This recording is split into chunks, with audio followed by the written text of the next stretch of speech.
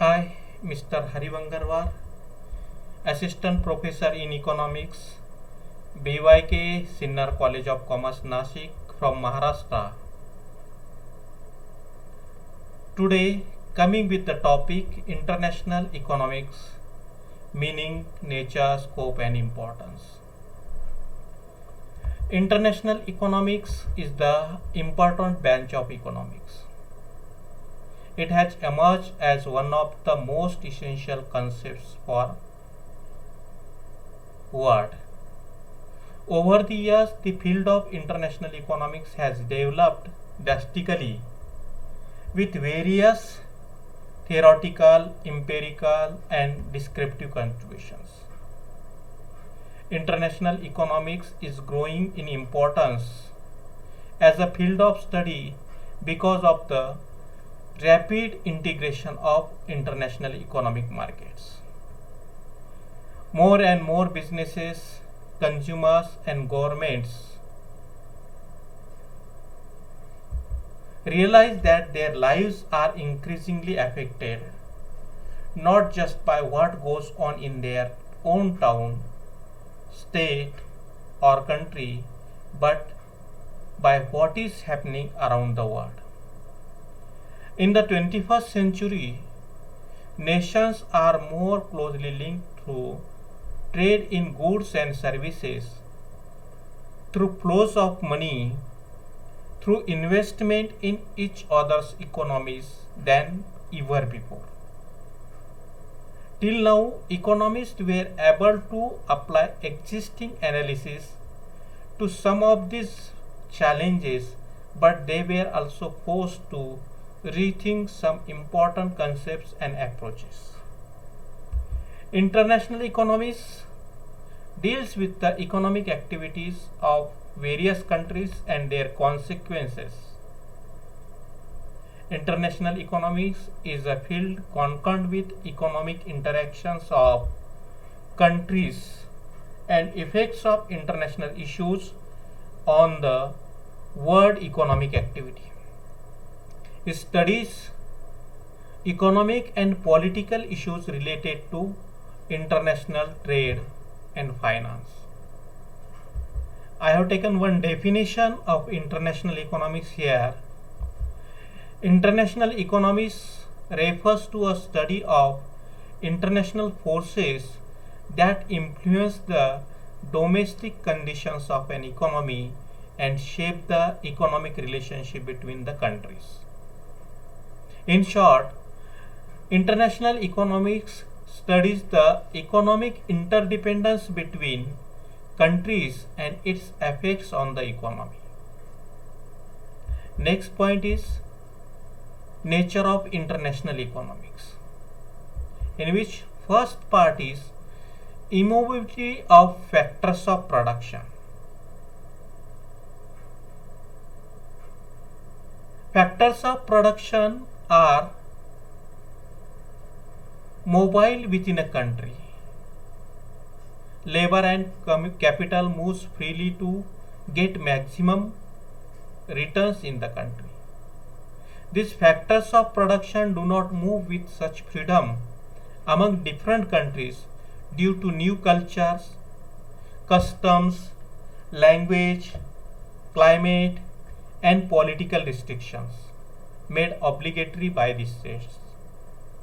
This mobility gives rise to wage and interest rate disparity among countries. Next point, differences in geographical, climatic, and natural resource endowments.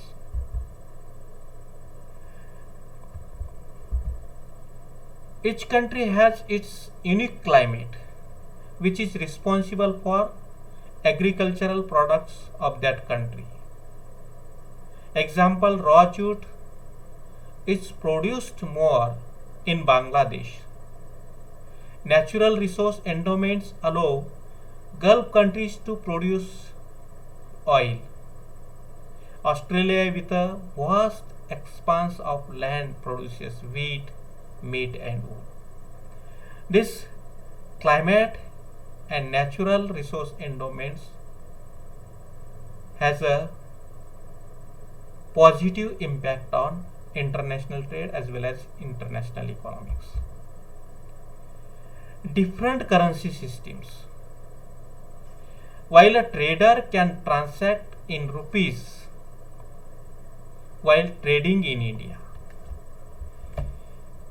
he has to transact in dollars, pounds, euros or yen while trading with USA, Britain, Europe and Japan respectively. This introduces additional cost and risk in international trade as the value of currencies is the subject to variations. Some currencies are easily convertible into others but not at all. Next point is high transport cost. Because of the long distances involved, transport costs for international transaction are higher than for domestic traders. Therefore, transport costs is also study area of international economics. Next point is different political systems. In domestic trade, parties carry transaction within due regard to national interests. Such loyalty is absent in international trade as each party aims at maximum gain for its sake. Next point is different trade policies.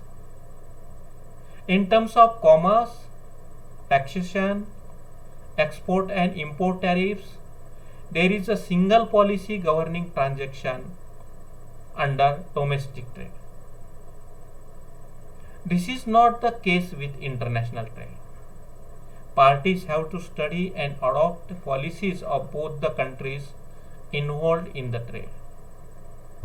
Next point is problem of balance of payments. Some countries, especially developing ones, want to import substantial capital goods from overseas to build the infrastructure for growth of their economy. The countries which supply the goods are not always in a capacity to buy equal amount of goods and services from these developing nations, nor are the developing countries in a position to match their exports and imports. This creates a difficult in the balance of payment of developing country. Measures to have been taken by the government to correct the situation, as a country cannot survive with a perennial deficit in balance of payments. These measures are peculiar only to the international trade. These are the some points related to nature of international economics. Next point is scope of international economics. International economics is divided into two parts to clear understanding of scope of international economics. One is theoretical and second is descriptive. First is theoretical international economics, in which pure theory of international economics is important part. Pure theory involves microeconomic part of international economics and covers the many areas of study. The causes of trade and the trade pattern, impact of trade on economic activities like production, consumption and distribution of income, gains from trade and distribution of the gains, impact of trade and non-trade barriers of trade, and product prices and income distribution. Effects of trade on economic growth. These are the some areas related to pure theory of international economics. Therefore, the pure theory of international economics deals with trade patterns, impact of trade on production, rate of consumption and income distribution. Apart from this, it also involves the study of effects of trade on prices of goods and services and rate of economic growth. Next point of theoretical international economics is monetary theory of international economics. Monetary theory of international economics involves macroeconomic part of international economics and covers many areas such as matters related to balance of payments and international monetary system, areas like causes and methods of correcting balance of payments, disequilibria, determination of exchange rate, international liquidity, relationship between balance of payments position and other macroeconomic variables. Another point is descriptive international economics. Descriptive international economics deals with institutional environment in which international transaction takes place between countries. Descriptive international economics also studies issues related to international flow of goods and services and financial and other resources. In addition, it covers the study of various international economic institutions such as IMF, World Trade Organization, World Bank and UNCTAD. Besides these concepts, globalization, gains from trade, pattern of trade, balance of payments, FDI, globalization, these are the important areas of scope of international economics. Next point of our syllabus is importance of international economics. The study of international economics has many uses, in which first is it broadens the mental outlook of the people by enabling them to think and act beyond the narrow boundaries of nationalism. Second is it makes them realize the hard truth that national prosperity can be sustained for long in a world surrounded by poor nations. In other words, it brings out the fact of complementarity between national economies. The study of international economics makes us realize that an important role has been played by foreign capital and labor in the past in the development of national economies. Developed nations of the world today would not have been so if there was no movement of productive factors like labor and capital across national boundaries. It is very clear and obvious that no nation is self-sufficient with regard to factor endowment. Hence, if the nation have to exist and prosper, they have to act in a spirit of mutual give and take. A judicial study of international economies stresses the inevitability of mutual interdependence between nations in the process of growth. The study of international economies causes development of international outlook among men of vision, statesmen and economists.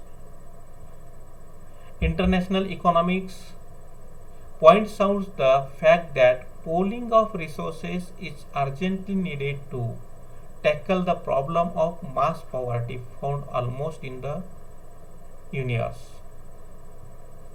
Similarly, international economics warns us to nations cannot for long afford to adopt and practice complicity national economic policies. A study tells that many problems which cannot be solved single-handed can be resolved without much difficulty through international economic cooperation.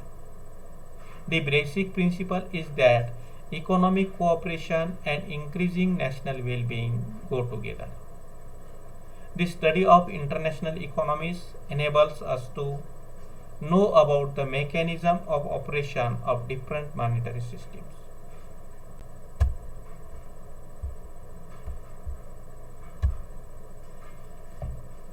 Similarly, the study of international economics tells us that free trade, which safeguards the economic interest of every country, is the best guarantee against the outbreak of global war. Therefore, we can conclude that international economics is the recent and modern branch of economics which studies international relations between different countries in terms of economic relations, political relations, and also cultural relations. Therefore, we must know about detail what is meant by international economics, what are the theories of international economics, what is international trade, what components are related to international trade, etc. and etc. Thank you. Thank you very much.